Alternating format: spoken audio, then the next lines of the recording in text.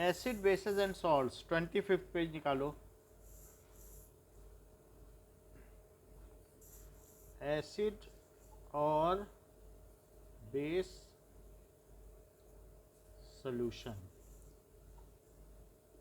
Now देखिए कि इन 1 litre of water, अगर 1 लीटर वाटर लें, और कैसा वाटर, क्या डिस्टिल्ड वाटर। डिस्टिल्ड वाटर क्या होता है, जो स्टीम को कूल करके बनाया जाए। बात समझ गया ना, डिस्टिलेशन से बनाया जाए। स्टीम निकालो कुकर से, और कुकर की जो स्टीम निकलती है उसको ठंडा करके पानी बना लो, तो कैसा पानी बनेगा, क्या distilled water. So if 1 litre of water, in 1 litre of water there are 10 to the power -7 mole H plus ion होते हैं। Ion exist and 10 to the power -7 mole OH ion भी रहते हैं। तो दोनों चीज़ें इक्वल रहती हैं। यानी अगर मैं कहूँ कि H प्लस आयन की कंसंट्रेशन कितनी होती है, न्यूट्रल जो वाटर डिस्टिल्ड है उसमें H प्लस आयन की कितनी कंसंट्रेशन है, तो कितनी हुई बताओ। सो इसको कहते हैं concentration of H plus ion, that is 10 to the power -7 mole per litre. और OH आयन की कितनी कंसंट्रेशन है, 10 to the power -7 mole per litre. ये चीज़ हो गई। अच्छा, कल हमने आपको बता दिया था इसको स्क्वायर ब्रैकेट कहते हैं। स्क्वायर ब्रैकेट, ब्रेसेस और पैरेंथेसिस बताई थी कि नहीं। तो ये जो स्क्वायर ब्रैकेट है इससे कंसंट्रेशन बताई जाती है। क्या कोई मुझे बता सकता है कि 1 मोल में कितने पार्टिकल होते हैं? हाँ, तो 1 mole contains 6.022 into 10 to the power 23 particle. तो अगर मैं इतने मोल में करूँगा तो भी जब इसका इसमें मल्टीप्लाई होगा तो बहुत पार्टिकल आ जाएंगे, संख्या कम नहीं होगी। ये कहाँ -7 या 23 का मल्टीप्लाई करोगे तभी 16 तो आ ही जाएगा ना। 10 to the power 16 पार्टिकल जानते हो कितने होते हैं, बहुत होते हैं। तो 10 to the power अगर हम देखें तो 10 to the power 9 हम लोग ह्यूमन की पॉपुलेशन है, और ये 16, बहुत ज़्यादा हुए कि नहीं हुए। तो क्या वाटर में 1 लीटर वाटर में जितने OH आयन है उतने ही H प्लस आयन है क्या, बताओ। इसीलिए वो न्यूट्रल है। सो 1 लीटर वाटर में it contains equal number of H ion and OH ion. So water contains equal number of H plus ion and OH ion. तो अस्मित ये बताओ 1 लीटर वाटर में कितने मोल H प्लस आयन है, बताओ, बताइए। 10 to the power -7। अच्छा, आपने बताया कि 1 लीटर वाटर में, ये बात आपने बताई है, हम मान लेते हैं थोड़ी देर आपकी बात। 1 litre water contains 10 to the power -7 mole H plus ion. अच्छा, 4 किलो आलू क्या आप 4 टाइम्स 1 किलो आलू समझते हो, बताओ। अच्छा, तो 10 to the power -7 मोल को क्या समझते हो, क्या 10 to the power -7 टाइम्स 1 मोल, क्योंकि यूनिट में उतने टाइम्स वो चीज़ शामिल होती। 10 सेंटीमीटर का मतलब क्या है कि 10 टाइम्स 1 सेंटीमीटर उसमें शामिल है। 10 सेंटीमीटर है। अच्छा, ये समझ में आई बात कि नहीं। 10 सेंटीमीटर का मतलब क्या है, 10 टाइम्स 1 सेंटीमीटर। 4 kg आलू का मतलब क्या है, 4 टाइम्स ऑफ 1 kg आलू। तो 10 to the power -7 मोल का मतलब क्या है, इतना। अब ये देखो 10 to the power -7 और 1 मोल को अभी किसने बताया कि ये होते हैं, Avogadro number 6.022 into 10 to the power 23, इतने पार्टिकल्स हैं, तो इतने H प्लस आयन हो गए। अब जरा इनको मल्टीप्लाई तो करो, तो ये कितना हो जाएगा, 23 में -7 जोड़ो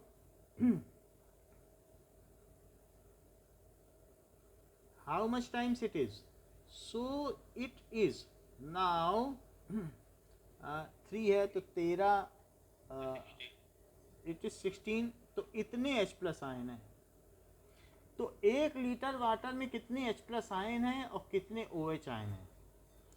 1 लीटर वाटर कंटेन्स इतने H प्लस आयन है ना, दैट इज इतने H प्लस। ये हमने आपको बता दिया 10 टू द पावर -7 का मोल का मतलब क्या इतना ही हुआ। तो 10 टू द पावर -7 मोल या इतनी संख्या कह सकते हो H plus ions and same number of 10 to the power -7 mole OH ions. अच्छा, वाटर एक वीक इलेक्ट्रोलाइट है कि स्ट्रॉन्ग इलेक्ट्रोलाइट है? क्या उसके सारे H प्लस आयन टूटे हुए हैं कि 20 लाख वाटर मॉलिक्यूल में एक पार्टिकल टूटा होता है? बताओ, वाटर को क्या समझते हो? अगर डिस्टिल्ड वाटर है तो क्या वो इलेक्ट्रिसिटी कंडक्ट कर सकता है? क्योंकि उसमें इतने कम होते हैं। 1 लीटर वाटर, अगर आप कहें 1 लीटर वाटर कितना होता है, तो 1 लीटर वाटर, जैसे ये देखो कि नंबर ऑफ मोल्स आपने पढ़ा है, it is equals to mass upon, और क्या होता है, मोलर मास। तो 1 लीटर पानी कितना होता है? क्या 1000 ग्राम? 1 किलो होता है ना 1 लीटर पानी। अगर एक बोतल पानी आपके हाथ में है रेलवे वाला, तो 1 किलो ही है। और एक H2O यानी वाटर का मोलर मास क्या है? यानी अगर H2O को कितनी संख्या में ले लिया जाए, 1 मोल अवागाड्रो नंबर के बारे में, तो कितना होगा ये? क्या 18 ग्राम होगा? इसका मोलर मास कितना है? 18 ग्राम पर मोल है, ये इसका मोलर मास है। तो मास बाई मोलर मास को नंबर ऑफ मोल्स कहते हैं। सो आप ये समझ लीजिए कि 55.5 मोल हुआ, 55 मोल होगा 1 लीटर में। और 55 मोल में कितनी कम संख्या में डिसोसिएशन है, जरा देखो।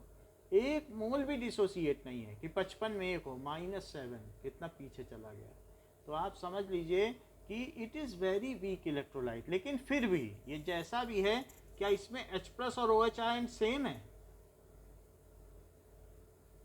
सो एज वाटर कंटेन्स, सिर्फ इतना समझो, वाटर कंटेन्स क्या कंटेन करता है? Same number of H plus ion and OH ion. So बोलो, बताइए, थोड़ा तेज बोलो, मैं क्लियर कर दूं।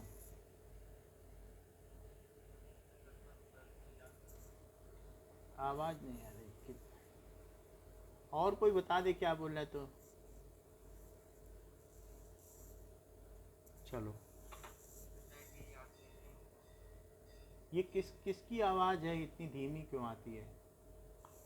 सीजन क्या बोल रहा है, कोई बता सकता है क्या? सर वो 55.5 मोल जो है वो याद करना है यहाँ पे। 55.5 मोल का मतलब क्या होता है? जैसे कि किसी भी चीज़ में ये देखो कि जो चीज़ पूछना है थोड़ी तेज पूछ लो, हमारे तक कम्युनिकेट हो जाएगा तो हम बता देंगे। वो पूछना है, ये क्वेश्चंस आते हैं क्या? नहीं, ये चीज़ समझाने के लिए, क्या आपको मोलर कॉन्सेप्ट पता है कि बताना है? नहीं पता। हाँ, यही मैं पूछ रहा हूँ। तो जरा एक चीज़ देखो कि 1 मोल क्या चीज़ होता है? कि सबसे पहले चीज़ ये देखिए कि 1U क्या होता है? क्या इसे यूनिफाइड मास कहते हैं? 1U को क्या कहते हैं?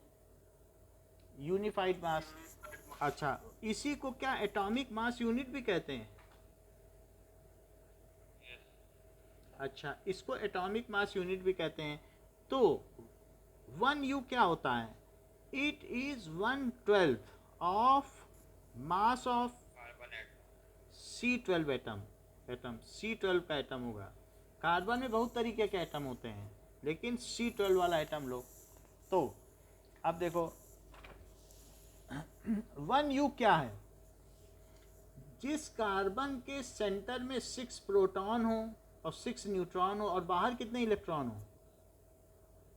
जितने प्रोटॉन होंगे उतने ही तो इलेक्ट्रॉन होंगे, तो उसको कहते हैं ये C12 एटम है। अच्छा, C13 एटम क्या होता है? सेंटर में 6 प्रोटॉन रहेंगे लेकिन न्यूट्रॉन कितने रहेंगे बताओ? हाँ, ये ठीक कह रहे हैं, 7, क्योंकि इन दोनों को मिलकर ही तो मास नंबर बनता है। तो जैसा कि किसने बताया कि, हाँ बहुत अच्छा बताया कि 7 न्यूट्रॉन है, क्योंकि 6 + 7 से 13 आए, जैसे इन्होंने यहाँ पीछे देख लिया होगा कि प्रोटॉन प्लस न्यूट्रॉन से C12 बना। और ये चीज़ देखिए, तो जब एटम का मास लेते हैं तो एक प्रोटॉन अगर इतना बड़ा है तो क्या आप ये समझते हैं कि एक इलेक्ट्रॉन इतना बड़ा होगा कि नहीं? बताइए। ओके, तो इलेक्ट्रॉन 1837 टाइम्स छोटा होता है, और यही इलेक्ट्रॉन अगर इस पर बैठ जाए तो क्या न्यूट्रॉन बन जाता है?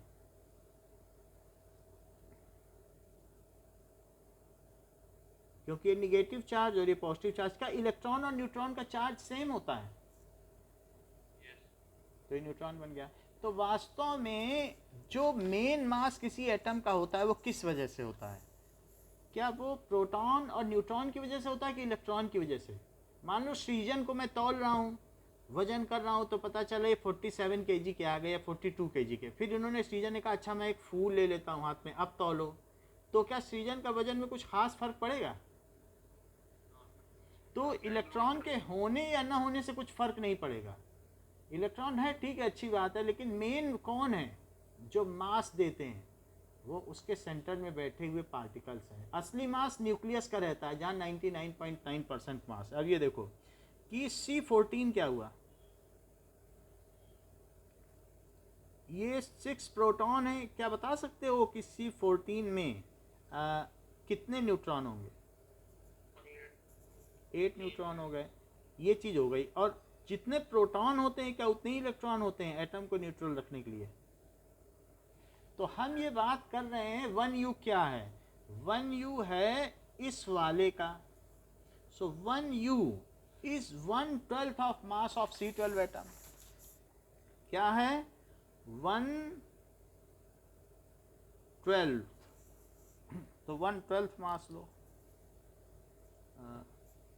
12 मास। 12 की स्पेलिंग ठीक है कि नहीं? कि चेक करें, किसी को आती है तो। L 12 सही है, तो अच्छी बात है। 12th mass of C12 atom, तो ये 1u है, 1 यूनिफाइड। क्या 1/12 और C12 का, ओके चेक कर लें क्या? F नहीं होता ना, चलो इस into mass of C12 atom, तो C12 एटम का मास क्या है? Mass of C12 atom, C12 atom में क्या 12 लोग बैठे हैं अंदर? हैं? चेक कर लिया नेट से? नेट से चेक किया है? एक मिनट, तो F लिखो, फिर F लिख लेते हैं। चलो अब ये देखो, it is 1/12 into mass of C12 atom में किसका किसका मास लिया गया है? क्या 6 इंटू 6 प्रोटॉन है? क्या 6 न्यूट्रॉन है? और क्या 6 इलेक्ट्रॉन है? यही तो एक C12 एटम में होंगे। बोलो क्या क्या होंगे? ये क्लियर है? एक C12 एटम में क्या क्या चीजें होंगी बताओ? 6 प्रोटॉन, 6 न्यूट्रॉन और 6 इलेक्ट्रॉन। जब इन सब को जोड़ा गया तो 19.997 इंटू 10⁻⁻⁻⁻⁻⁻⁻⁻⁻⁻⁻⁻⁻⁻⁻⁻⁻⁻⁻⁻⁻⁻⁻⁻⁻⁻⁻⁻⁻⁻⁻⁻⁻⁻ 24 ग्राम आ गया। इन सबको जोड़ लो, mass of proton, mass of neutron, सबके मासेस आपको पता है, 9th में पढ़ रहे क्या। अच्छा, ये मैं कह रहा हूं कि 1U क्या होगा। अगर एक कमरे में 12 लोग बैठे हैं, इलेक्ट्रॉनों को छोड़ दो, तो 1U क्या होगा। मान लो एक आदमी का वजन 1U है। 1U का मतलब एक प्रोटॉन का वजन है। अगर मैं 12 में 12 से डिवाइड कर दूं, एक कमरे में कितने लोग बैठे हैं यहाँ बताओ, 12। और 12 से ही डिवाइड कर दूं तो क्या 1U आ जाएगा। क्या मैं वही करने जा रहा हूँ। इलेक्ट्रॉन को तो मैंने सिर्फ दिखाने के लिए जोड़ा है। 6 लोगों ने फूल पकड़ रखा है, तो उसको दिखाने का कोई मतलब है, इसका कोई मतलब नहीं, क्योंकि इतना हल्का होता है। तो फिर भी 12 लोगों में क्या मैंने 12 से डिवाइड किया है, असली वजन तो इन्हीं का है ना। तो क्या एक आदमी का वजन आ जाएगा। भाई एक कमरे में 12 आदमी बैठे, मैंने 12 से डिवाइड कर दिया, एक आदमी का वजन 40 किलो आ गया। क्या वही 1U है। क्या एक प्रोटॉन का वजन 1U है, बताओ। तो वही मैं कर रहा हूं कि नहीं। अगर मैं ये टोटल वजन कह रहा हूं, तो क्या ये 12 आदमियों का वजन है, 6 प्रोटॉन और 6 न्यूट्रॉन का वजन है, बोलो। अब मैं इसमें 12 से डिवाइड करता हूं, तो जरा 12 से डिवाइड करो 19.997 में। सो ये मैं इसमें डिवाइड कर देता हूं कि 19 पॉइंट, ठीक है, 19.997 डिवाइडेड बाई 12, तो क्या आ गया, दैट इज 1.6। दैट अब यहाँ पर कितना आ गया, 1U इज, अब इसकी वैल्यू लिख लो कि it is 1.66056 into 10 to the power minus 27 kg लिखो या 24 ग्राम। 1U की वैल्यू आपको, हाँ बोलो।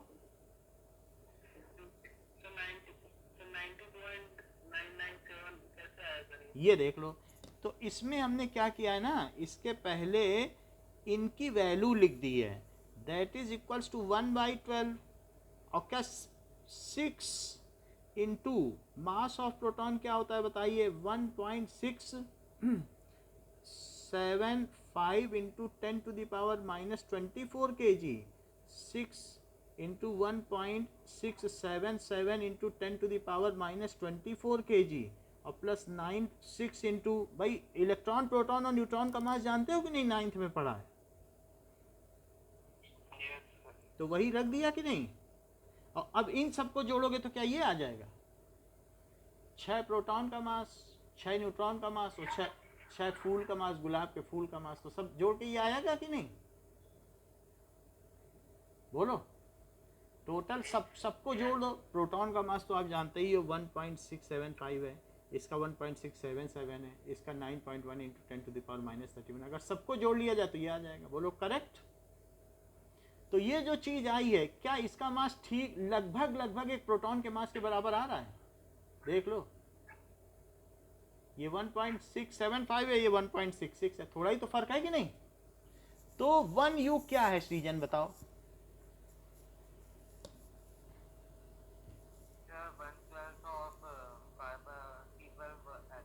ये बिल्कुल सही है।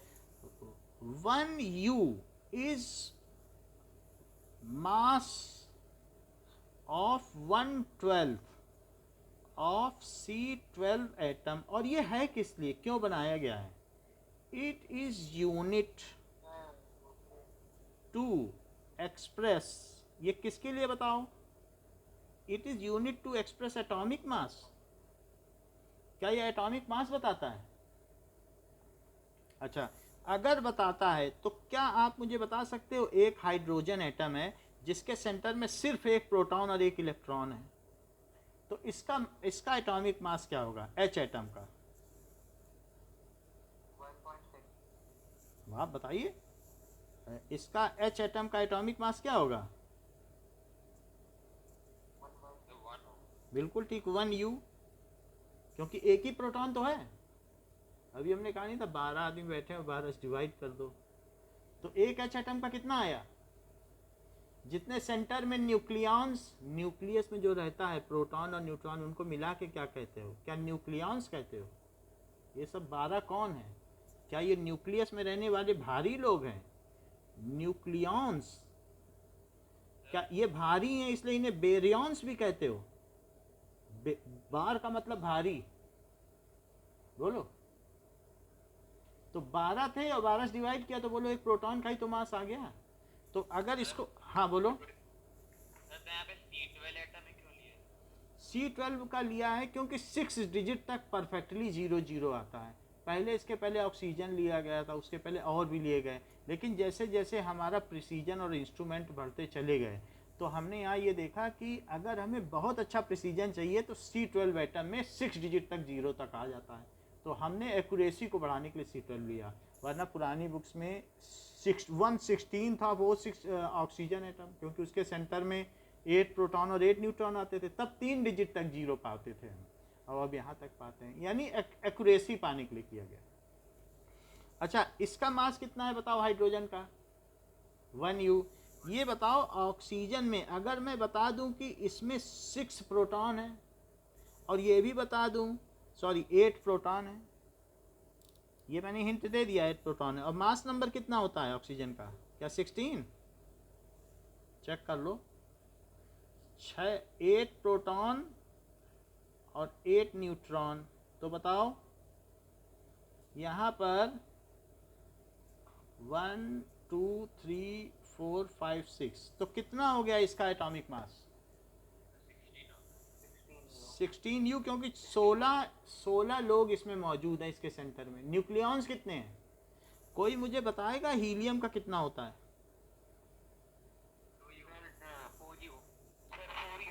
देख लो, 2 प्रोटॉन है, 2 न्यूट्रॉन है, आप जैसा कहोगे हम लिख देंगे। 4U। इसी तरीके से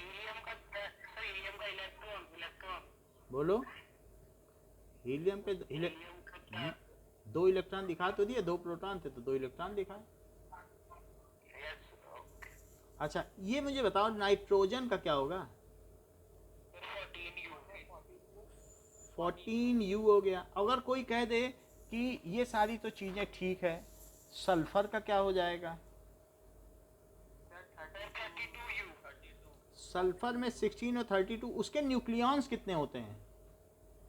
32। सही है, 16 प्रोटॉन 16 न्यूट्रॉन। इसको माइनस कर दो, क्या ये ऊपर वाली चीज मास नंबर है? जो इसके मास में कंट्रीब्यूट करते हैं, क्या ये उनका नंबर है?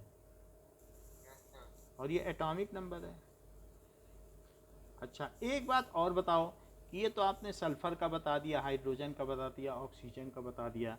अब हम बात करते हैं कि H2O, तो क्या होगा? और तब तो ये मॉलिक्यूल बन गया ना, अब एटम थोड़ी रहा। सो अब हम इसका क्या निकालेंगे? क्या मॉलिक्यूलर मास H2, तो 2 टाइम्स इनटू एटॉमिक मास, क्योंकि 2 एटम किसके हैं? H के हैं, और 1 एटम किसका है? ऑक्सीजन का। तो क्या मैं 2 टाइम्स ऑफ 1U लिख दूं? और ऑक्सीजन के लिए क्या 16U लिख दूं? तो 2U और प्लस 16U मिलके कितना हुआ? 18U। क्या हुआ? 18U क्या चीज है? अरे वाह, it is very good, it is molecular mass of H2O। अच्छा, ये अगर बहुत जानते हो आप तो फिर मॉलिक्यूलर मास ऑफ CO2 बता दो। मॉलिक्यूलर मास ऑफ CO2 हो जाएगा sir 12 plus 32 equals to 44। 2 into atomic mass 44U होता है। चेक कर लेते हैं आपकी बात, अब मुझे तो याद नहीं है। 12U, कार्बन का 12 होता है कि नहीं? क्योंकि 6 प्रोटॉन 6 न्यूट्रॉन। अच्छा, ऑक्सीजन का कितना होता है? 16U, तो क्या हो जाएगा? 32 plus 12 44। So it is 44। Were very correct. ये मॉलिक्यूलर मास हो गया। अगर मैं कहूँ H2 का, H2 भी तो एक मॉलिक्यूल है, तो molecular mass of H2 it is equals to, check कर लेते हैं, 2 times of atomic mass of, atomic mass किसका लिया, H का, तो 2 इंटू 1U, तो क्या ये 2U हो गया। एक व्यक्ति ने बोला, मान लीजिए कि नवदीप कह रहा है, नवदीप हैज सेड कि, नवदीप हैज सेड, अपने दोस्तों से कहा, if atomic mass of hydrogen, mass of H atom is 1U, then its molar mass should be,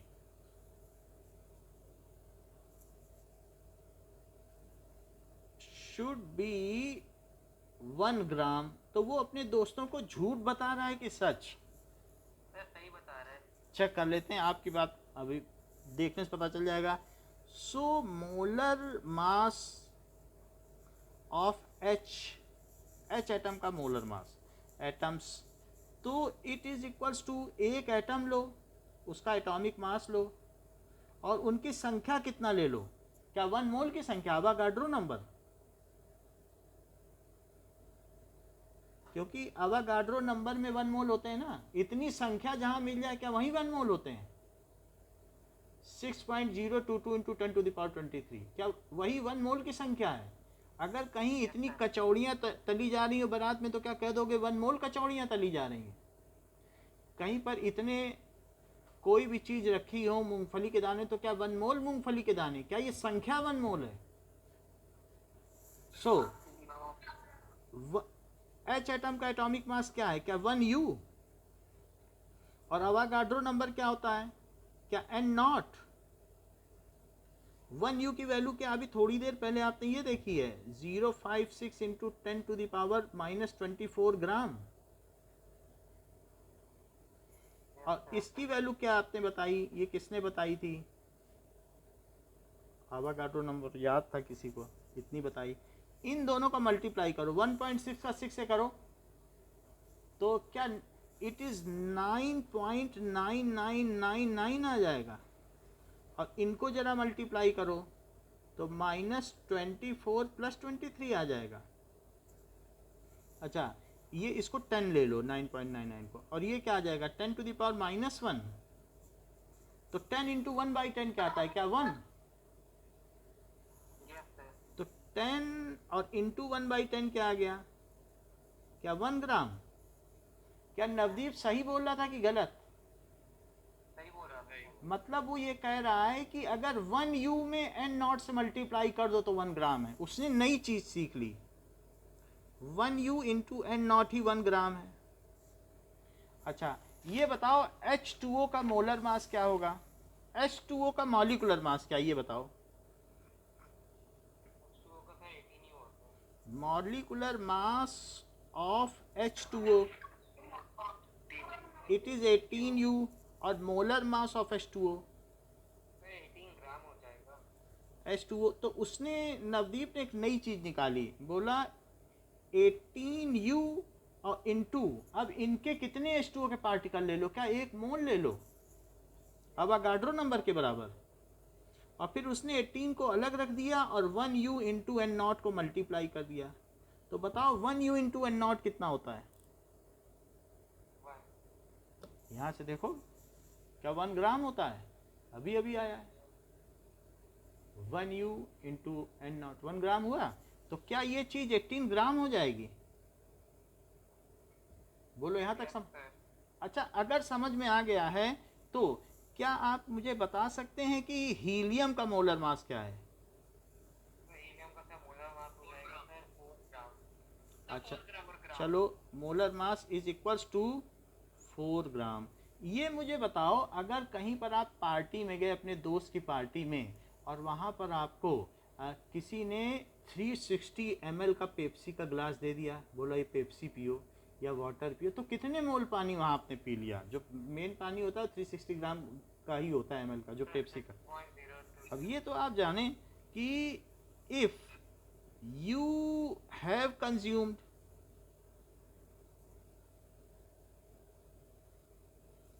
360 gram water, एक समय में तो इतना ही पानी पीते होगे ना, आधा ग्लास, तो कितने मोल पानी पी जाते हो? जबकि 18 ग्राम का 1 मोल होता है। और नवदीप कह रहा कि तुम 20 मोल पानी पीते हो, पता नहीं झूठ बोल रहा है कि सच बोल रहा है। सच बोल रहा है। तो वो कह रहा है 360 ग्राम अगर आपने पानी पिया है, अगर आपने 36 ग्राम ही पानी पिया होता तो कितने मोल पिया होता? क्यों? 2 मोल, क्योंकि 18 ग्राम का 1 मोल है, तो 2 मोल पिया होता और 360 पिया है, तो बताओ नंबर ऑफ मोल्स कितने हुए? That is mass upon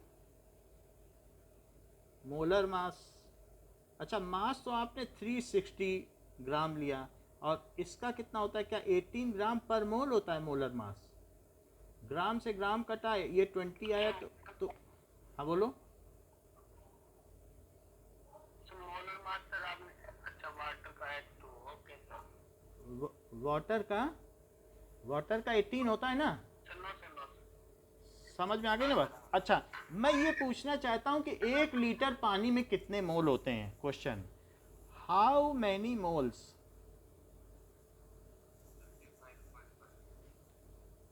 of H2O are there in 1 liter water? अच्छा, 1 लीटर वाटर, ये तो वॉल्यूम है, ये वॉल्यूम है, लेकिन इसका ग्राम में वजन कितना होता होगा? 1 लीटर वाटर हैज 1000 ग्राम मास। और बताओ मोल, नंबर ऑफ मोल्स का क्या फार्मूला होगा? बताओ। अच्छा, ये बात सही है, मास बाई मोलर मास। तो आपने फार्मूला तो ठीक बता दिया, मैं रख के और देख लूँ तो फिर अस्मित ने अभी बता दिया कि 55.5। तो अस्मित की बात मैं चेक करता हूँ कि इनकी बातों में कुछ भी सच्चाई है या ये झूठ बोल रहे हैं, तो चेक कर लेते हैं। तो 500 बाई 9, तो 9 से डिवाइड करो, 9 5 जा 45 और 9 5 जा 45 और 9 5 जा 45, फिर आता ही रहेगा 55.5 बार। इसका मतलब है अस्मित सच बोल रहे हैं। तो कुणाल ने बोला ठीक है, तो इस तरीके से कितना हो गया? क्या 55.55 मोल हो गए? बोलो नंबर ऑफ मोल्स 1 लीटर में। और इसमें इतना मोल पानी है, लेकिन उसमें H प्लस आयन की कंसंट्रेशन कितनी है? In this H plus ion concentration, यानी number of moles of ions per litre is called concentration. Concentration का मतलब क्या होता है? 1 लीटर में जितने H प्लस आयन है वही उसकी कंसंट्रेशन है। So in this H plus ion कितने होंगे? क्या 0.00000 1 2 3 4 5 6, क्या सिर्फ इतने मोल ही H प्लस आयन होंगे पर लीटर में? देख लो, 10⁻⁻7 मोल per litre. So the number of moles of H plus ion present in 1 litre is called, उसे क्या कहेंगे? H plus ion concentration. It is represented by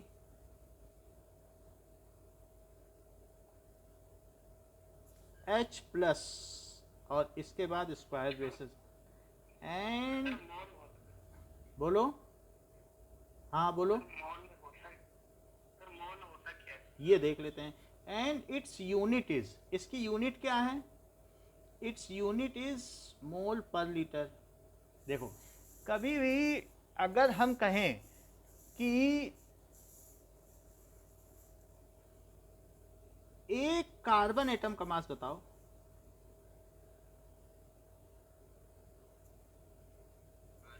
one carbon atom has मास, क्या 12U है?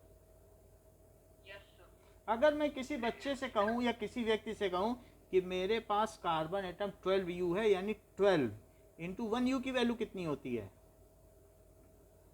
1.66056 into 10⁻⁻24 ग्राम। तो क्या वो समझ भी पाएगा कि कितनी वैल्यू है? वो बिल्कुल नहीं समझ पाएगा, क्योंकि आप इतनी छोटी वैल्यू उसे बता रहे हो कि उसको अंदाजा भी नहीं होगा कि ये कितनी छोटी वैल्यू है, क्योंकि इसका मतलब है 0.0024 जीरो लगाओगे, उतनी छोटी वैल्यू का कभी आपने सामना भी किया है जीवन में?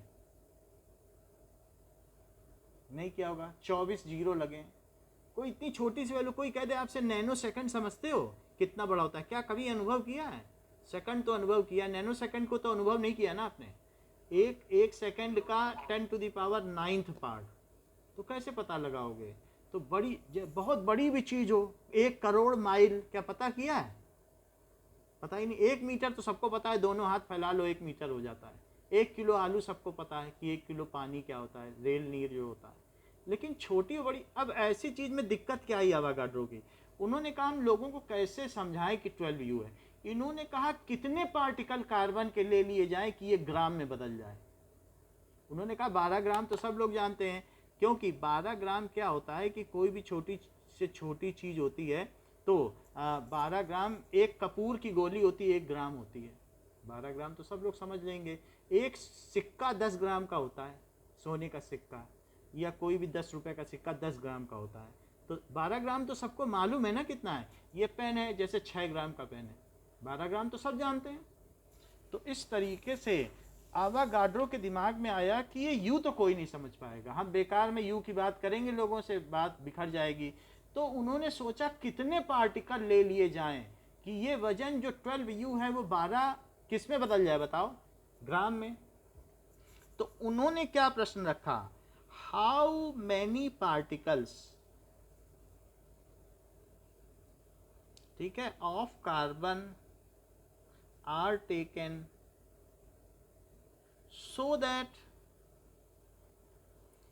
ठीक है, मास बिकम्स, मास कितना हो जाए? 12 ग्राम। कितना बन जाए? 12 ग्राम। तो अब ये बताइए कि उस मास को क्या कहेंगे? उन्होंने कहा that mass will B, that number of particles को क्या कहेंगे? हाउ मैनी पार्टिकल्स, जो इसको 12 ग्राम बना दे। That number is called 1 mole and it's molar mass. जरा देखो, इट्स मोलर मास, जो and it's mass will be called molar mass. फिर से समझो, it's mass is called molar mass. इस बात को हम फिर से समझते हैं। इन्होंने कहा कि 12 ग्राम कोयला है, हाथ में पकड़ लोगे इतना कोयला होगा, हमारे पास 12 ग्राम कोयला वहां रखा है, करीब करीब अगर 12 ग्राम कोयले की बात करेंगे तो इतना कोयला आएगा। 12 ग्राम कोयला, 12 ग्राम कोयले में जितनी संख्या कार्बन एटम की होगी वही 1 मोल है। क्या बताया? बताओ कि number of atoms present in 12 gram carbon, जितने एटम किस में होंगे? 12 ग्राम कार्बन में, उसे क्या कहेंगे बताओ? Number of atoms. कितने में? यानी 1 मोल क्या है कि number of atoms present in 12 gram carbon atom. दिखाई पड़ रहा है? किताब पुरानी है, पता नहीं दिख रहा हो, जूम करके देख लो। जितनी संख्या 12 ग्राम कार्बन एटम में होगी वो संख्या 1 मोल है, और उसका जो मास होगा वो क्या कहलाएगा? Molar mass. So how many atoms are present? So क्या चीज बताइए, बताओ 1 मोल क्या है बताइए? कोई बता सकता है? नंबर ऑफ एटम्स, ठीक है, जितने प्रेजेंट हैं, वो संख्या कहीं भी किसी की भी मिल जाए, उतनी संख्या में समोसे मिल जाए, कचौड़ी मिल जाए, जितनी संख्या, या नंबर ऑफ एटम्स लिख लो, या एंटिटीज, जितनी इकाइयां मिल जाए, ठीक है। Number of atoms present in 12 ग्राम, 12 ग्राम कोयला इतना होता होगा, इतना बड़ा कोयला का टुकड़ा ले आओ। सो 12 number of atoms present in 12 gram carbon is called 1 मोल। उसे, उतनी संख्या को क्या कहेंगे? 1 मोल। if that number of entities are present anywhere then it will be called 1 mole. जरा अब पता तो लगाओ कि कैसे कितना होगा, कि तो नंबर ऑफ एटम्स कितने होंगे उन्होंने कैलकुलेट किया इन 12 ग्राम एटम. तो ऊपर क्या लिखोगे कि 12 ग्राम कार्बन, और नीचे क्या लिखोगे, एक कार्बन एटम का कितना मास होता होगा, क्या सिर्फ 12 यू, बहुत कम होता होगा ना. 6 प्रोटॉन और 6 न्यूट्रॉन का ही तो लोगे, दिखाई भी नहीं पड़ेगा 6 प्रोटॉन और 6. तो कहा 12 ग्राम कोयला, क्या इससे बहुत सारे कार्बन होंगे. एटम कभी दिखाई पड़ सकता है क्या. तो इसमें कितनी संख्या है, ये टोटल मैंने कितने ग्राम ले लिए बताओ, 12 ग्राम. और एक कार्बन एटम का कितना मास है, क्या 12 यू. तो इससे पता लगाओ 12 ग्राम और 1 यू की वैल्यू कितनी होती है, क्या 1.66056 इंटू 10 टू द पावर -24 ग्राम. बोलो 12 यू का मतलब 12 टाइम्स ऑफ यू. 12 से 12 को काटो, ग्राम से ग्राम को काटो. अब जरा देखो 1/1.66056 जस्ट डिवाइड कर रहे हैं तो कितना आया. ये देखो कि मान लीजिए मैं इस चीज से डिवाइड कर दूं तो ये कितना आ जाएगा कि 1/1.66056 इज इक्वल टू क्या 6.022 आ गया या 0.6022 आ गया, पॉइंट में आ गया. यही आया कि नहीं. तो पॉइंट में आई ये बात, क्योंकि नीचे बड़ी चीज है और ऊपर क्या पहुंच गया, क्या 10 टू द पावर 24 पहुंच गया. 022 into 10 to the power 24 particles हो गए. समझ में आ गई बात कि इसमें कितनी संख्या थी. अगर 1 टन इसमें से निकाल के इसमें डाल दो, 1 टन निकाल लो तो क्या बन जाएगा, क्या ये 23 आ जाएगा, बताइए. इतनी बात समझ में आ गई. तो अब हम 1 मोल को डिफाइन करते हैं कि जितनी संख्या 12 ग्राम कोयले में कार्बन की मौजूद होगी, वही संख्या यदि कहीं पर दिख जाए तो वही 1 मोल है.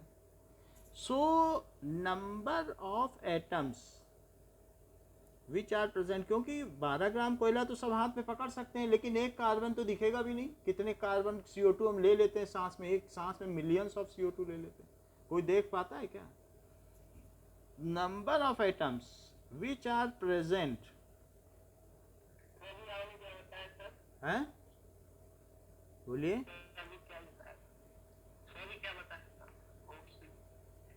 फिर से पूछो एक बार.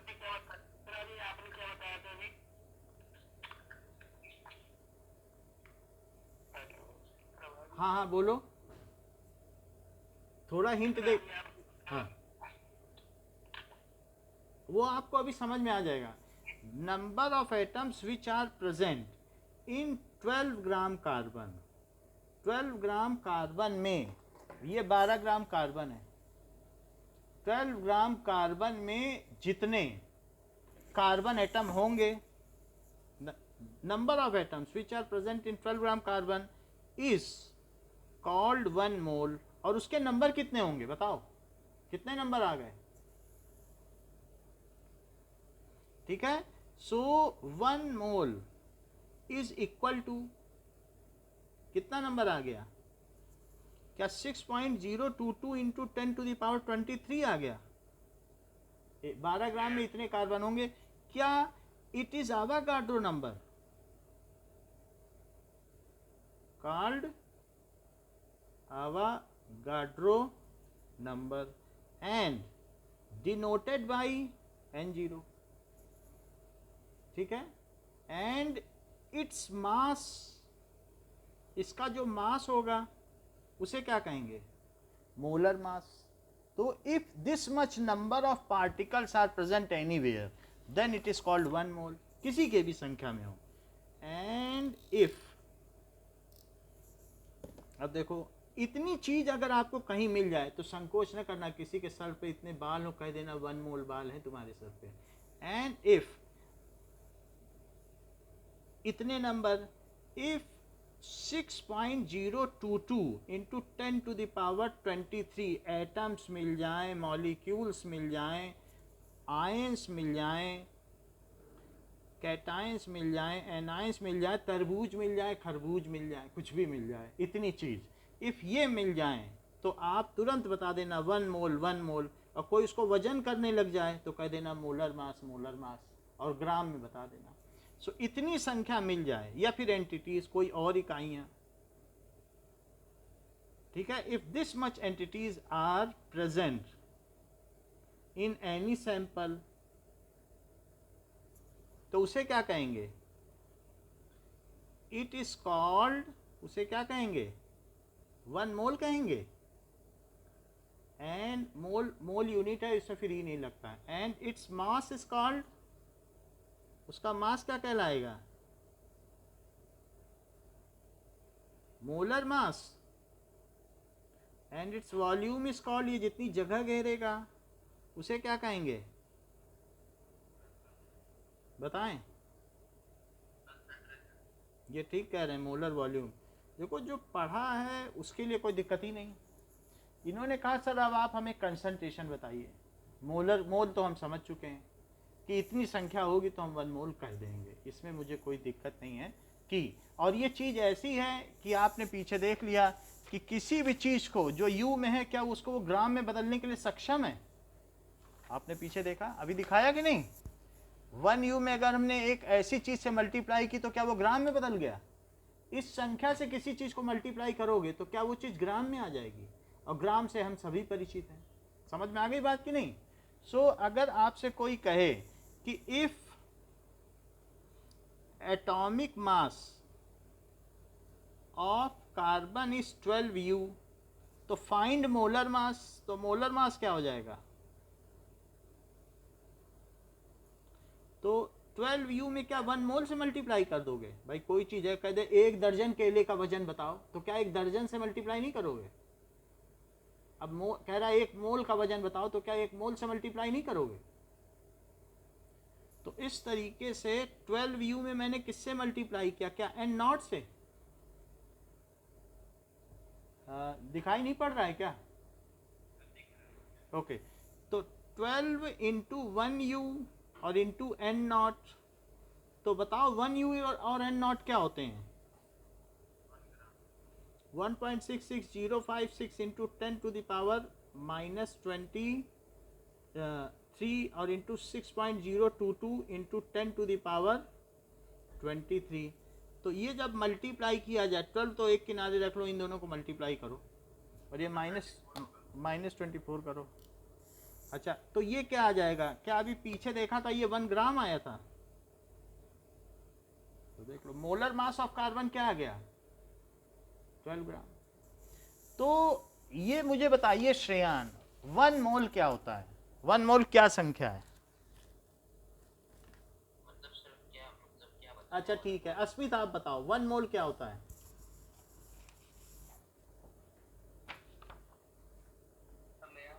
नहीं, अस्मित को बताने दो। What is 1 mole? Asmit, are you there? अच्छा, अनीशा बताओ 1 मोल क्या है?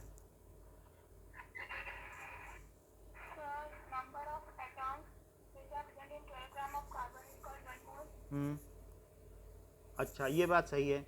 Number of atoms are present 1 mole and its count is, इसका कितना नंबर है? 6.022 अच्छा, 10 टू द पावर 23 कितना है? 10 टू द पावर 23। अच्छा, 1 यू क्या है बताओ?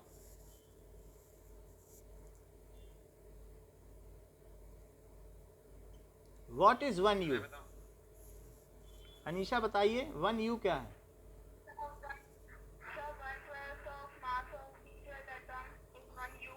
अच्छी बात कही। 1 यू की वैल्यू बताओ। 1.6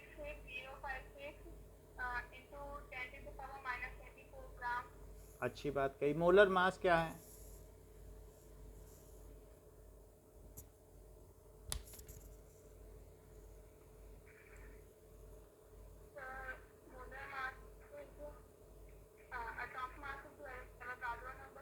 नहीं, ऐसा नहीं है। मोलर मास देखो, मोलर मास क्या है?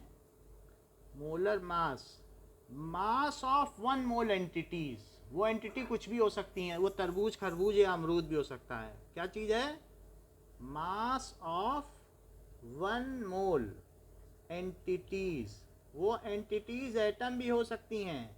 वो एंटिटीज, अगर आपने वन मोल एटम ले लिए एच के, तो एटम का मोलर मास आ जाएगा। वन मोल मॉलिक्यूल ले लिए H2 के, तो क्या मॉलिक्यूल का मोलर मास आ जाएगा? वन मोल आयन ले लिए, तो क्या आयन का मोलर मास आ जाएगा? जो चीज वन मोल लोगे उसका मोलर मास रहेगा। सो ये ले लिया, one mass of one mole entities expressed in gram. किसमें एक्सप्रेस की जाए? Expressed in gram is called molar mass. इसको कहेंगे मोलर मास। अच्छा अनीशा, ये बताओ H एटम का मोलर मास क्या है?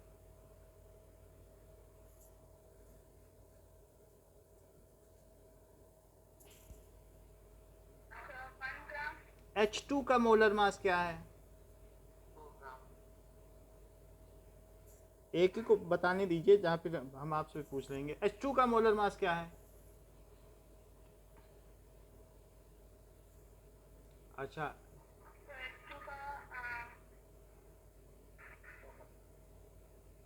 ओके। सृजन आप बताइए, H2 का मोलर मास क्या है? 2 ग्राम। अच्छा ये बताओ O का मोलर मास क्या है? सर ओ का हो जाएगा 16 ग्राम। O2 का? 32 ग्राम। 32 में। H2O का? H2O का 18 ग्राम। CH4 का? सॉरी सर, हाँ सही है सर। मी इसका CH4, हाँ, मीथेन का? सर CH4 का हो जाएगा सर 12 प्लस सर 12 प्लस 16 ग्राम। CO2 का मोलर मास क्या है? सर CO2 का CO2 44 ग्राम। 44 ग्राम। तो इस तरीके से what does it mean by one mole? Sir 1 mole is the sir बता रहे थे sir 1 mole is the number of particles present in one atom of हाँ, number of particles present in, यहाँ गड़बड़ी कर दी। श्रेयान बताओ वन मोल क्या है? Sir number of sir mass of 1 mole। मास से कोई लेना देना नहीं, वन मोल एक संख्या है, उसका जो मास होएगा वो मोलर मास तो हो ही जाएगा। अभी मुझे आप वन मोल बताइए, वन मोल क्या है? What is one mole? 1 mole is the quantity of sir molar mass in a particle। ये तो पूरी बात गलत है। अस्मित बताओ वन मोल क्या है? Number of particles present in atom. एक एटम में कितने पार्टिकल हैं? एटम के अंदर भी पार्टिकल हो जाएंगे। अच्छा अस्मित बताओ वन मोल क्या है? Number of particles in atom. अरे ये बोल देते 12 ग्राम कोयले में कितने कार्बन हैं, एक एटम में कितने पार्टिकल निकाल लोगे? क्या प्रोटॉनों को अलग अलग करने लग गए हो क्या?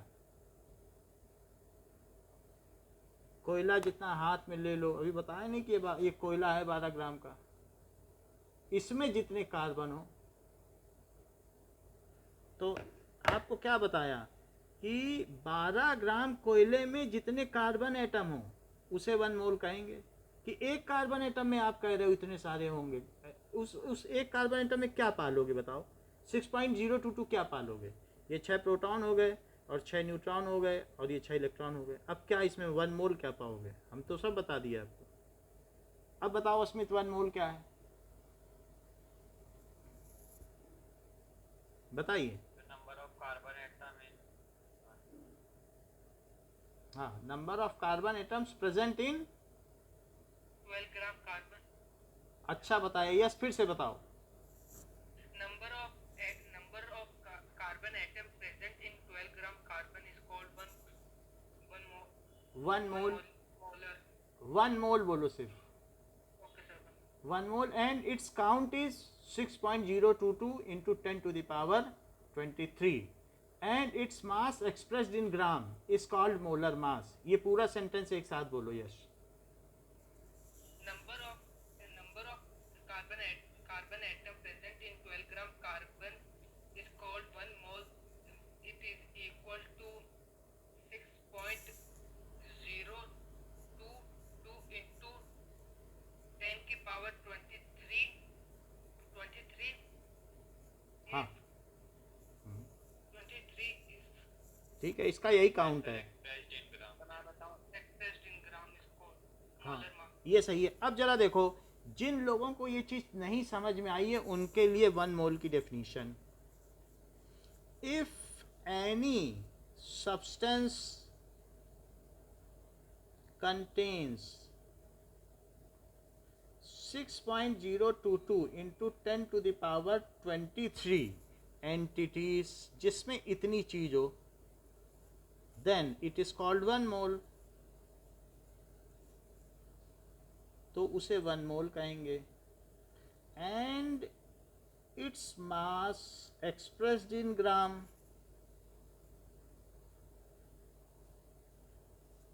Is called molar mass. Molar mass कहलाएगा. प्रांजल ये वाली डेफिनेशन रिपीट करो.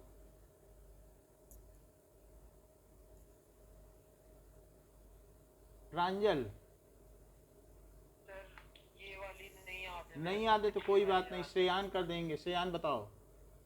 सर पिछली वाली बता दो. नहीं, श्रेयान बताइए. Yes sir. जो अभी डेफिनेशन लिखी उसे बताओ. Sir, when the mass of okay, sir, when a number of particles is expressed in the form of 6.022 into 10 to the 23, which is expressed in gram, is called molar mass. Framing of sentence सही नहीं हो पाई. श्रेयान फिर से बताओ. ये सृजन. Sir, if any substance have 6.022 into 10 to the power 23 atoms in it, then its mass will be expressed in gram and it is called molar mass. थोड़ा सा गड़बड़ हो गया. अनीशा ठीक करो आप. So may I? Anisha, are you there? Yash आप बताओ. If any substance contains 6.022 into 10 की power 23 entities, then it is called 1 mole, and when it expressed in gram, then it is called molar mass. बहुत अच्छा बताया है. It is so good. अब आप लोगों को ये समझ में आ गया ना मोलर मास क्या है, मोल क्या होता है. तो ईशान ये बताओ, 1 लीटर वाटर में कितने मोल वाटर के होते हैं? Ishan Yes sir. बताओ, 1 लीटर वाटर में कितने मोल होते हैं वाटर मॉलिक्यूल के? Sir 1/12. अब ये तो हमें इतना मालूम नहीं तो हम बता देते. 55.5. 55.5. हिमांशु ये मुझे बताओ कि 1 लीटर वाटर में H प्लस के कितने मोल होते हैं?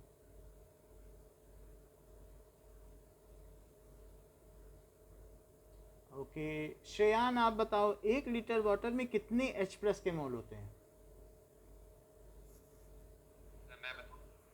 हाँ, 6.022 ना अस्मित आप बताओ. 10 to the power -7. ये बात सही है. 1 लीटर वाटर कंटेन्स, पहले तो बात है 55.55 बार इतने मोल H2O हैं और उसका न जाने कितना लाखवां हिस्सा. तो 1 litre water contains 10 to the power -7 मोल. सिर्फ इतने मोल H प्लस आयन हैं. और 1 लीटर वाटर में OH आयन कितने हैं?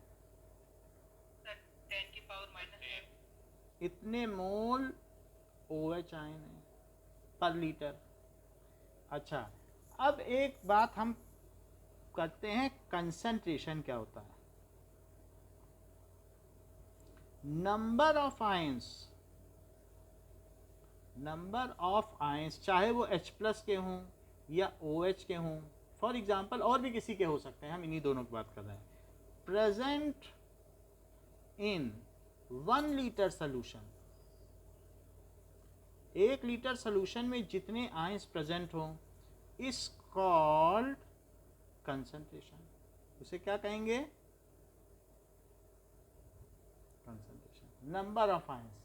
तो कंसंट्रेशन किस में एक्सप्रेस की जाएगी? It is expressed in mole per litre. जरा एक बात मुझे बताओ कि मेरे पास एक सोल्यूशन था और इसमें 4 इंटू 10⁻⁻7 इतने मोल H प्लस आयन थे और ये 2 लीटर सोल्यूशन था। क्या कोई मुझे इसकी कंसंट्रेशन बता सकता है?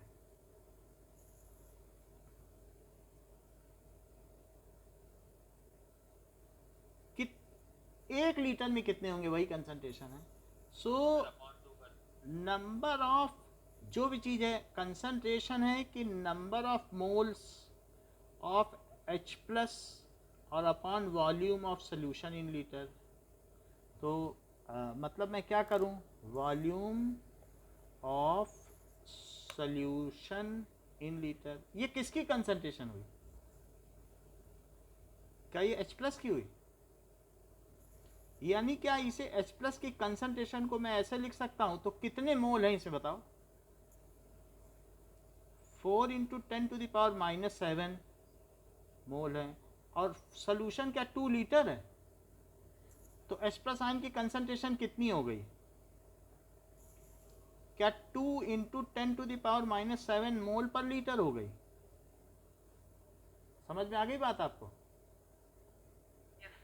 अच्छा, तो इससे अगर मैं ये आपसे कहूं कि मान लीजिए मेरे पास एक सोल्यूशन है जिसमें 2 इंटू 10⁻⁻7 मोल OH आयन है और ये हाफ लीटर है, तो क्या मुझे OH आयन की कंसंट्रेशन आप बता पाएंगे? Yes.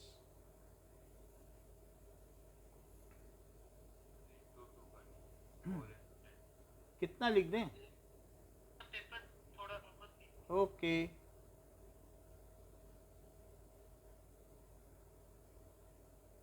Volume of solution litre बताओ कितना हो जाएगा? ये आधा लीटर सोल्यूशन है, तो क्या आप मुझे बता सकते हो कि आधे में इतना तो एक में कितना?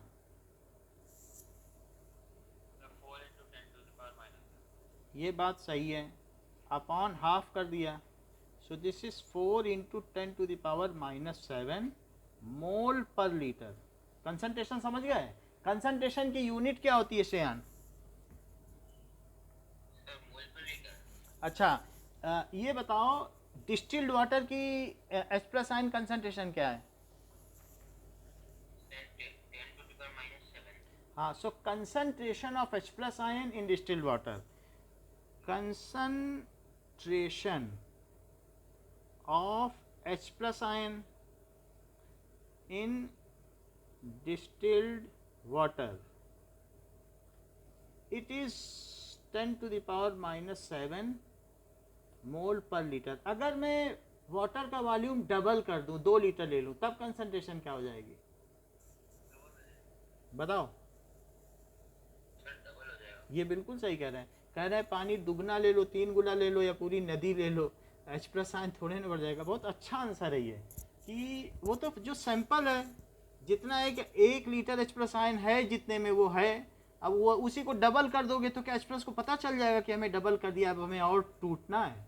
क्या उसका नेचर बदल जाएगा? बताइए। ये बहुत प्रैक्टिकल जवाब दिया इन्होंने। कहा ये तो रेट है, दूध का रेट है 20 रुपए पर लीटर, क्या 2 लीटर दूध ले लोगे तो क्या अब उसका रेट बदल जाएगा? कहेगा अब तो हम 40 से देंगे, ये रेट है ना पर लीटर में। तो इन्होंने कहा डबल करने से कुछ नहीं होगा, उसके H प्लस आयन भी डबल हो जाएंगे, उसका लीटर भी डबल हो जाएगा, 2-2 कट जाएगा, फिर यही रहेगा। बहुत अच्छी बात कही से हमने। बोलो, बात समझ में आ गई? क्योंकि डबल करने से H प्लस भी डबल होंगे तो लीटर भी तो डबल हो जाएगा। पूरी नदी की वही कंसंट्रेशन जो आपके 1 गिलास पानी की कंसंट्रेशन, वो तो कंसंट्रेशन है। गुरुद्वारे में वो जो शरबत बटता है उसमें जितनी चीनी की कंसंट्रेशन पूरे ड्राम में है, तो क्या वही चीनी की कंसंट्रेशन आपको जो 1 गिलास दिया जाता है शरबत, उसमें भी वही है? क्योंकि वो तो रेट है तो कंसंट्रेशन है। सो कंसंट्रेशन ऑफ OH आयन कितनी हुई इन डिस्टिल्ड वाटर, बताइए। 10⁻⁻7 मोल per litre, hence it is neutral. ये चीज बात हो गई। कंसंट्रेशन का फार्मूला बताओ। Yes, concentration equal to number of ion upon नहीं, नंबर ऑफ मोल्स ऑफ, चाहे तो वो H प्लस आयन हो तो H प्लस, और नहीं OH आयन है तो OH। और नीचे क्या, value of water volume of solution. अभी सोल्यूशन क्यों कह रहा हूँ, क्योंकि अभी थोड़ा HCl ज़्यादा मिला दोगे तो क्या होगा, क्या H प्लस बढ़ जाएंगे, बढ़ जाएंगे, H प्लस बढ़ जाएंगे। तो अब ये बताओ कि जो H प्लस आयन की कंसंट्रेशन है और OH आयन की कंसंट्रेशन है वाटर में, वो कितनी कितनी है? क्या वो 10⁻⁻7 और -7 जोड़ दो, कितना हो गया? क्या इसको कहेंगे आयनिक प्रोडक्ट ऑफ वाटर? इसको क्या कहेंगे? Is called ionic product of water, product of water. अच्छा, ये वैल्यू बदलेगी नहीं, इसको क्या कहेंगे, फिर से समझो कि it is the product of H plus ion concentration and OH ion concentration is called ionic product of water and it never changes. ये वैल्यू फिक्स है। फिर से पढ़ो, क्या बताया मैंने, अभी रिपीट करवाएंगे आपसे। किसका किसका product, H plus ion concentration and OH ion concentration, इनके प्रोडक्ट को क्या कहोगे, इज कॉल्ड, क्या ये आयंस का प्रोडक्ट है?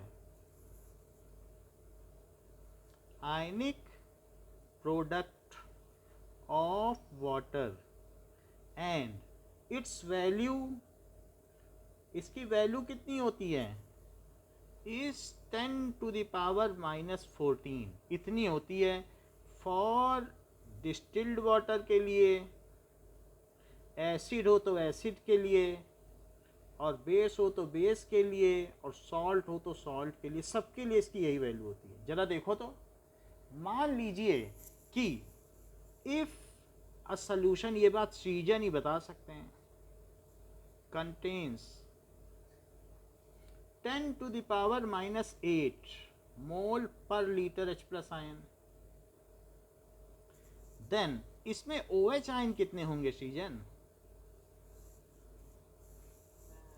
10⁻⁻8 विल बी 10⁻⁻6। कैसे इन्होंने बताया, क्यों, क्योंकि इन्हें ये बात, टोटल 10⁻⁻14 हाँ, H प्लस की कंसंट्रेशन और OH की कंसंट्रेशन, तो ये चीज़ हमने H प्लस की कितनी थी, -8 दी, तो इन्हें अब OH की कंसंट्रेशन तो नहीं पता है कि कितनी है, तो ये कैसे कैलकुलेट करें, ये एक प्रॉब्लम आ गई। तो 10⁻⁻14 ये इन्हें मालूम था 10⁻⁻8 है, इसके बारे में नहीं पता था कि OH कितनी है, ये इनसे पूछी गई थी। तो इन्होंने क्या किया, OH आयन की कंसंट्रेशन निकालने के लिए -14/10⁻⁻8 कर दिया, तो कितना आ गया,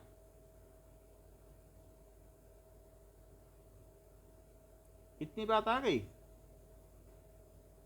जब इतना बता दिया तो सीजन ये भी बता दो, ये सोल्यूशन एसिडिक है या बेसिक। OH आयन ज़्यादा है कि H प्लस आयन, बोलो, ये सही बताने दो, कितनी अच्छी बात कही। कह रहे हैं कि H प्लस आयन कितना है, 10⁸ मोल पर लीटर, और OH आयन कितना है, कह रहे हैं OH आयन तो 100 गुना ज़्यादा है। कितना ज़्यादा है, बेसिक होगा, देख लो, 100 गुना ज़्यादा है, इसमें 100 मल्टीप्लाई करोगे तब ये आएगा। तो बताओ किसकी कंसंट्रेशन ज़्यादा है, ये। अच्छा, तो सोल्यूशन कैसा हो गया, सोल्यूशन क्यों बेसिक हुआ बताओ, as OH ion concentration is greater than H plus ion concentration. अच्छा, सोल्यूशन एसिडिक कब होगा, न्यूट्रल कब होगा और बेसिक कब होगा, ये तीन चीज बताइए। सॉल्यूशन इज न्यूट्रल कब होगा? सर अगर H प्लस आयन सर अगर ज़्यादा होगा तो सर एसिडिक होगा, न्यूट्रल तब होगा जब H प्लस आयन और OH आयन दोनों इक्वल होंगे। अच्छा, और सॉल्यूशन एसिडिक फिर कब होगा? सर जब H प्लस आयन ज़्यादा होगा। ये बात सही है। और फिर बेसिक कब होगा? जब OH माइनस आयन ज़्यादा होंगे। ठीक है, तो H प्लस आयन कम हो जाए और OH आयन ज़्यादा हो जाए, ये बात हो गई। चलो, अच्छी बात आपने बताई। अब ज़रा हम यहाँ पर लिख रहे हैं H प्लस की कंसंट्रेशन, OH की कंसंट्रेशन और सॉल्यूशन का नेचर। तो एक एक करके आप लोगों से पूछते हैं, तो आप बताते जाइए। ये 10 टू द पावर -10 है, मोल पर लीटर में है, सब कुछ मोल पर लीटर में, ठीक है। तो मोल पर लीटर में ये एक टेबल हमने बना दी। चलो, मोल पर लीटर में हर चीज़ है, ये भी मोल पर लीटर में। श्रेयान बताओ इसकी वैल्यू और नेचर भी बताओ। सर इसकी वैल्यू की सर 10 टू द पावर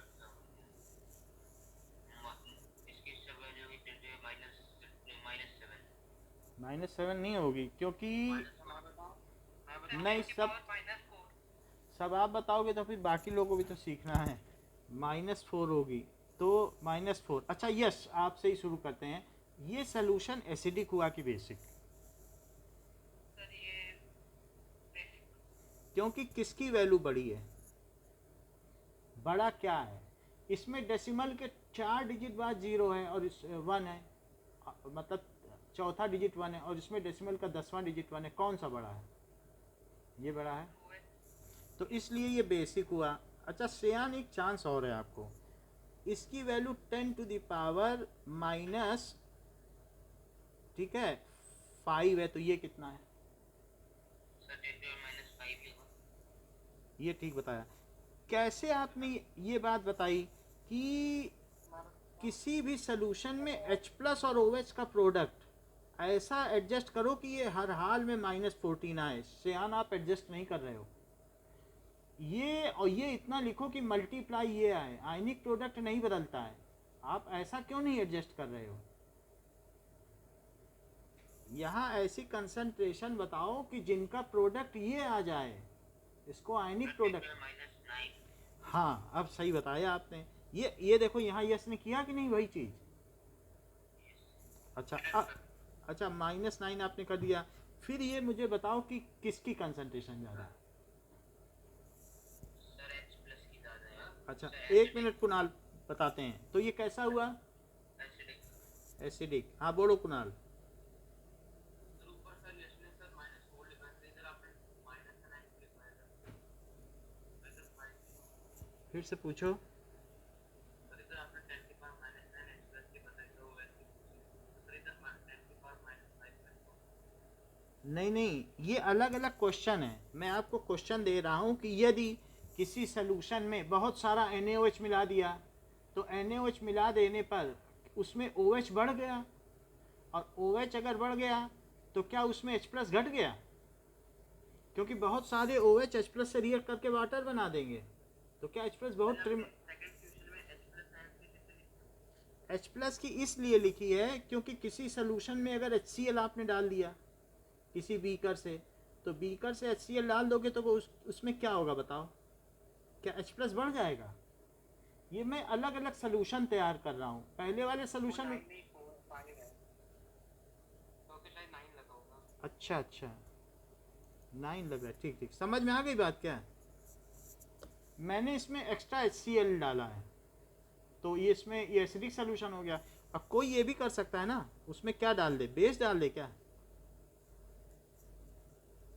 अगर वो बेस डाल दे NaOH तो क्या होगा? तो OH बढ़ जाएंगे, फिर H प्लस कम हो जाएंगे। सारे H प्लस को ढूंढ ढूंढ करके वो वाटर बना देगा। अच्छा तीसरी चीज़ बताओ। तीसरी चीज़ आयुष आप बताइए, अगर 10 टू द पावर -7 है तो ये कितना होगा? सर ये हो जाएगा 10 टू द पावर -7। तो वो सलूशन कैसा होगा? Sir neutral. सो न्यूट्रल हो जाएगा। क्योंकि इन दोनों की ये एक जैसी ये हो जाएगी। इतनी बात समझ में आ गई, एसिडिक और बेसिक और इन सबके। अच्छा, अब हम आते हैं pH value. What does it mean by pH value? PH value के लिए अब हम देखते हैं कि लॉगरिथमिक्स।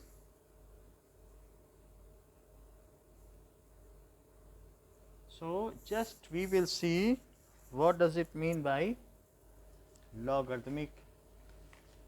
लॉगरिथमिक का मतलब क्या होता है? पावर। लॉगरिथमिक का क्या मतलब होता है? पावर। लॉगरिथमिक, ठीक। रिथमिक, तो इसे समझें कि पीएच वैल्यू क्या है। इसका मतलब है पावर।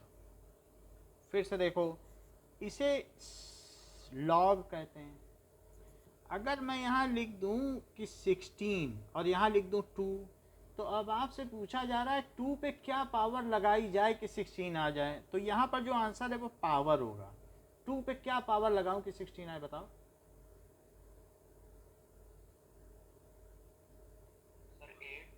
अब आप जाने, कुछ लोग तो 4 बोल रहे हैं आपके साथ ही। सर 4 होगा। कह रहे हैं 2 की पावर 4 लगा दो 16 है। क्या वो सही बोल रहे हैं? अच्छा, 3 है और ये 81 है, तो क्या करें? 3 पे क्या पावर लगाई जाए कि 81 आ जाए? ये आप जाने, आपके साथी तो 4 बोल रहे हैं। भाई साथियों के साथ चलोगे तो सही रहेगा। और ये 250 अभी आएगा, अभी तो शुरू किया है, अभी आ जाएगा। 4 पे क्या पावर लगाई जाए कि 256 आ जाए?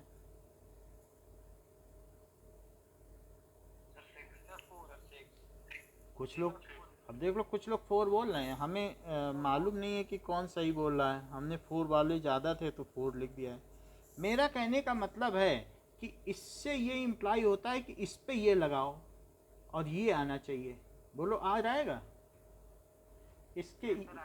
इसको कहेंगे log 16 टू दी बेस 2। पढ़ेंगे कैसे? log 16 to the base 2 is equal to, वो किसके इक्वल हुआ? Equals to 4। इसे कैसे लिखें बताओ आयुष, इसे कैसे लिखोगे? Sir log 81। वो तो ठीक है, इधर बताओ, इधर कैसे लिखें? सर log 81 वो सब नहीं है, कुणाल बताओ।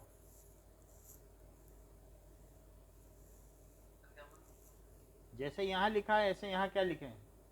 सर 3 की पावर 81। इसे क्या लिखें? 4 की पावर 4 इक्वल टू 256। अच्छा, ये देखो, अगर यहाँ 10 लिखा है और यहाँ 1000 लिखा है तो आंसर क्या होगा?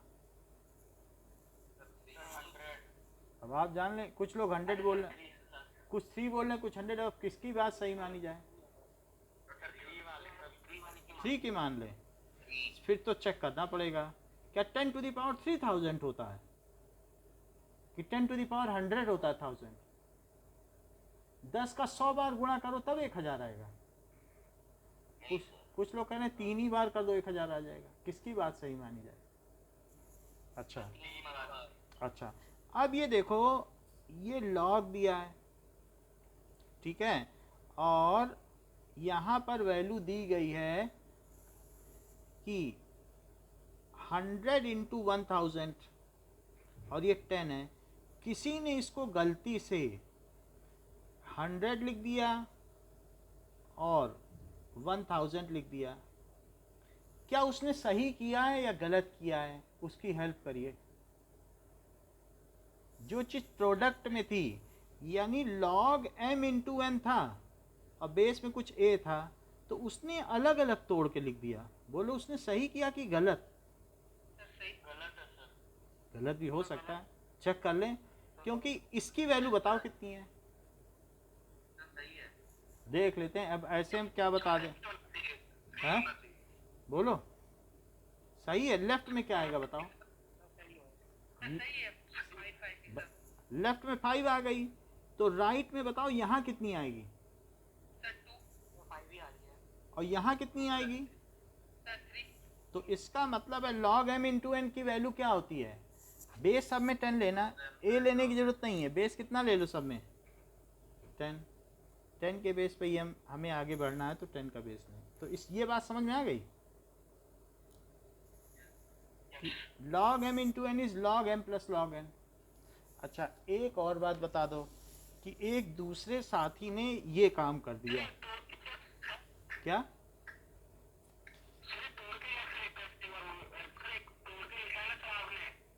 कहाँ पे बता, इक्वल्स ये ना, ये ना, ये चीज, हाँ ये चीज ना, ये इसमें। अच्छा log m इंटू एन क्या होगा, क्या log m plus log n आ गया, m इंटू एन, क्या log m plus log n। फिर से देख लो, कोई जल्दी नहीं है, कोई ऐसे लिख रहा है कि 8 इंटू 8 और यहाँ 2 है, और दूसरे ने लिख दिया log 2 8 प्लस log 2 8। अब ये सही लिखा है कि गलत, 2 पे कितनी पावर लगाएं कि 64 आए, 2 पे कितनी पावर लगाएं कि 64 आए, चलो 6 लगाएं, और यहाँ 3 प्लस 3 क्या सही आ जाएगा। अच्छा एक व्यक्ति ने यहाँ पर 10,000 था और बाई 100 था, लेकिन उसने डिवीजन में गलती से ये लिख दिया और माइनस कर दिया, कह रहा है जब डिवीजन है तो हम माइनस करेंगे। क्या उसने सही किया है या उसका प्रश्न गलत हो जाएगा। तो फिर यहाँ क्या वैल्यू है, यहाँ कितना है। अच्छा यहाँ क्या आएगा, यहाँ क्या आएगा, यहाँ पे बताओ। और यहाँ तो क्या मैं ये लिख दूं कि log m by n is log m to the base 10 minus log n to the base 10, ये ठीक रहेगा। कि अगर अपॉन में हो तो सब्ट्रैक्ट कर दो, प्रोडक्ट में हो तो मल्टीप्लाई कर दो। अच्छा एक ऐसा भी था कि जिसने 10 टू द पावर 4 थी ये, तो उसने 4 को पहले ले लिया और log 10 टू द 10 लिख दिया। बोलो ये काम उसने ठीक किया कि गलत किया। मतलब 10 पे क्या पावर लगाई जाए कि 10 टू द पावर 4 आ जाए। 10 पे क्या पावर लगाई जाए 10 टू द पावर 4 आ जाए, तो 10 पे 4 पावर लगाई जाए कि नहीं। और ये बताओ 10 पे क्या पावर लगाई जाए कि 10 आ जाए। 1। तो 4 इंटू 1 क्या दोनों तरफ सही है। यानी अगर वो m to the power n है और ये 10 का बेस है, तो क्या उसको ये लिखने का अधिकार है। ऊपर की चीज का ये आगे ला सकता है, ला सकता है। यानी एक ये नियम हो गया कि आपने कहा ऊपर की चीज ये आगे ला सकता है कि m to the power n। अगर इतनी ही बात है तो मुझे बता दो कि ये 10 है और 10 टू द पावर -7 लिखा हो तो क्या किया जाए, क्या लिख सकते हैं।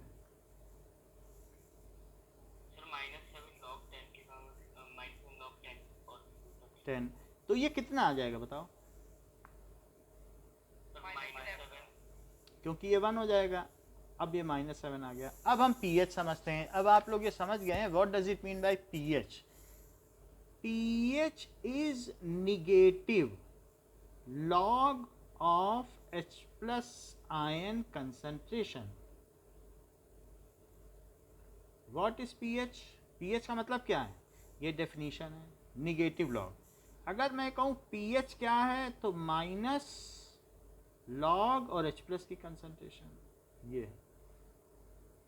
अब जरा देखो कि क्वेश्चन में दिया गया, ये आपका फार्मूला बन गया। कोई अगर आपको H प्लस आयन कंसंट्रेशन दे दे तो क्या आप उसका pH निकाल लोगे। जरा देखें तो if H plus ion concentration is 10 to the power minus 7 mole per litre. क्या कंसंट्रेशन मोल पर लीटर में होती है क्या? कंसंट्रेशन का क्या फार्मूला होता है? क्या मोल per litre? Number of moles of H plus ion upon volume of solution in litre, यही बताया था क्या? बताइए। तो कंसंट्रेशन मोल पर लीटर में आपको बता दी थी, चाहे तो आप फिर से देख सकते हैं जहाँ पर पढ़ाया हो। ये देखो, क्या number of moles of H plus ion upon volume of solution in litre, यही होती कंसंट्रेशन मोल पर लीटर। समझ में आ गई बात? तो एम आई ऑडिबल?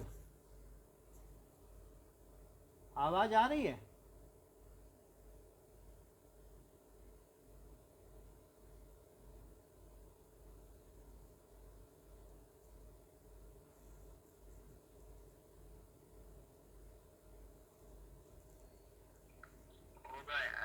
अच्छा, अभी आवाज आ रही?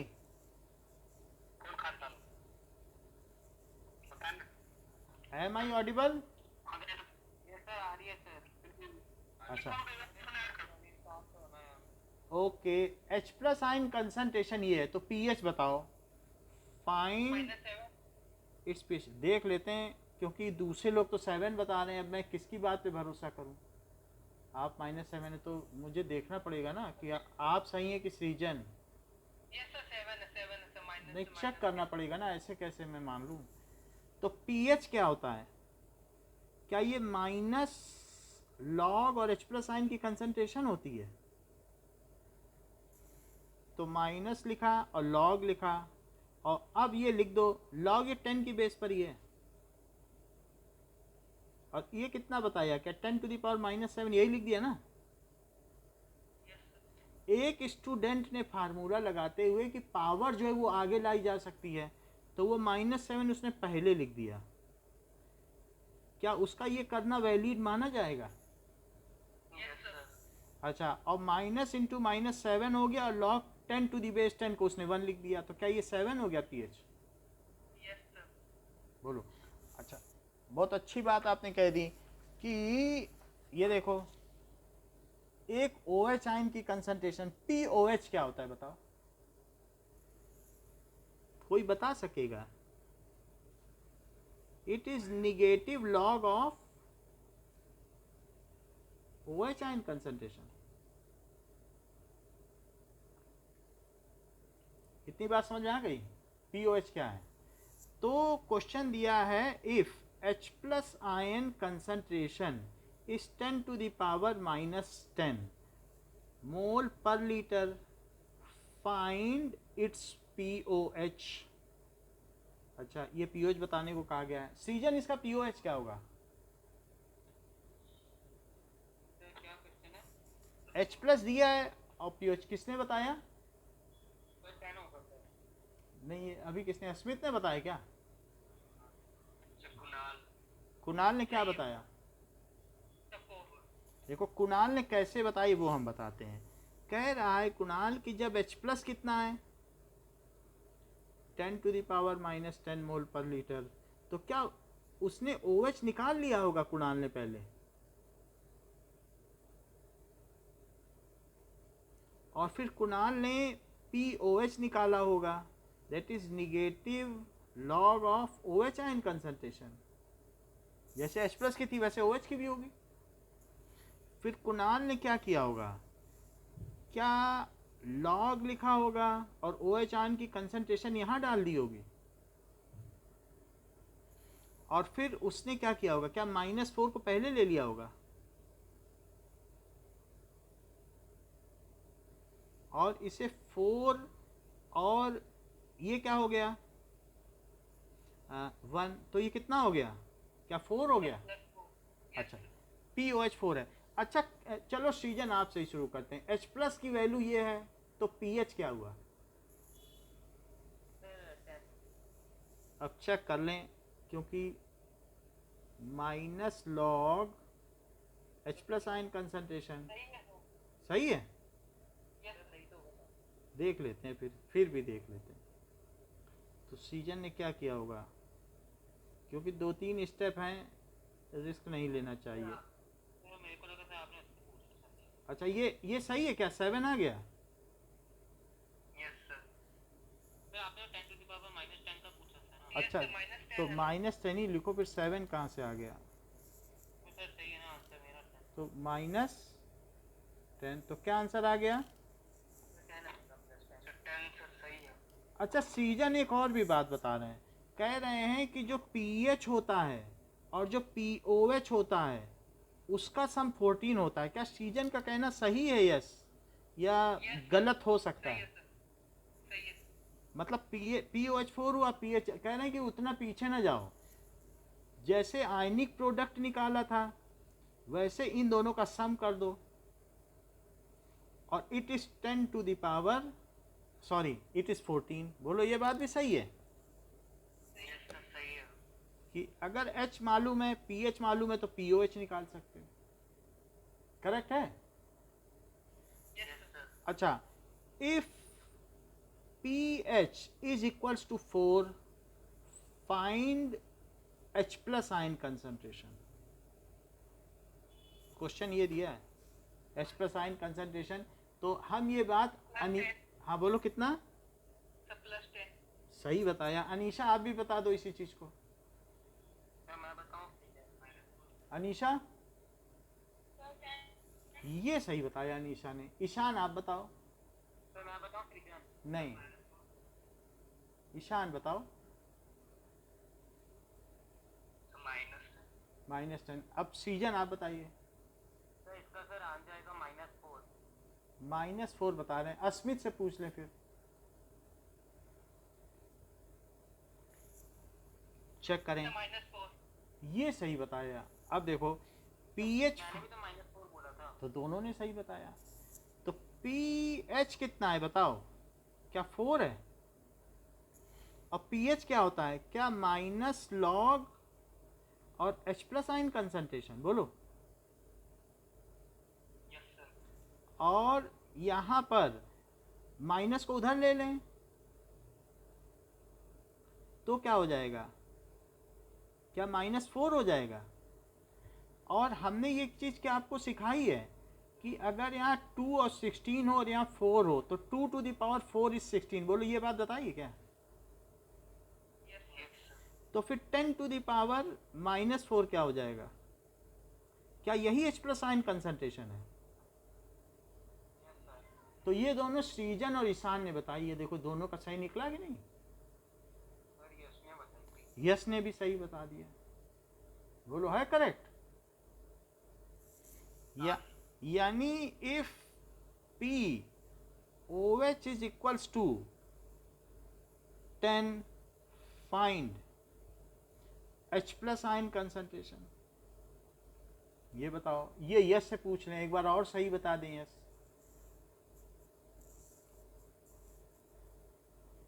मैं बताऊं फ्रीक्वेंसी? सर +4। +4, ये बहुत अच्छी बात कही है, +4। क्योंकि यहाँ पर गड़बड़ी क्या कर दी लोगों ने, मोल पर लीटर नहीं बताया, यही तो गड़बड़ी की। उस चीज को भी इसने करेक्ट कर दिया। हाँ सीजन आप बताओ।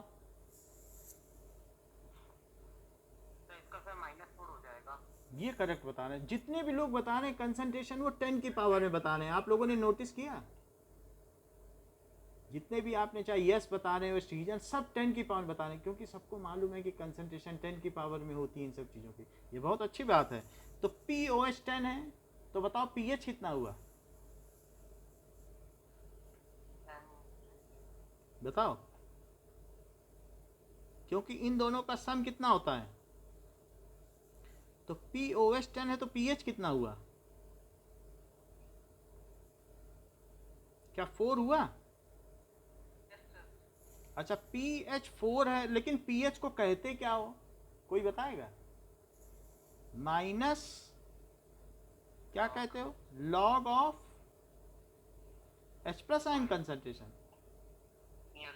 भाई OH होता तो माइनस लॉग OH लिखते, H है तो ये लिखा, और क्या इसके आगे 4 लिख दूं? अब यस आगे बताओ अब क्या करना है, आगे मैं नहीं बढ़ पा रहा हूँ, थोड़ी हेल्प कर दो, आगे बता दो क्या करें, तो मैं बताऊं, बोलो। तो वो 10 to the power -4 हो जाएगा। नहीं ये माइनस उधर ले लें क्या, यस हाँ सर। चलो उधर ले लिया। अब ये मैंने माइनस उधर ले लिया, अब क्या करें,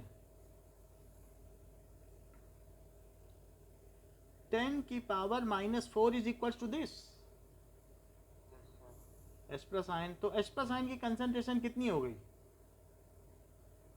10 to the power -4। यही हुई कि मोल पर लीटर हुई, भाई सही सही चीज़ तो जाननी चाहिए, मोल पर लीटर। मोल पर लीटर। तो थोड़ा थोड़ा पीएच पीओएस तो समझ में आ गया ना आपको। इस चीज़ को अब हम आगे एक्सटेंड करेंगे और इस चीज़ को आज आप अच्छी तरीके से समझ लीजिएगा, कल कोई भी सवाल हो तो आप हमसे परसों पूछ सकते हैं। ओके ठीक।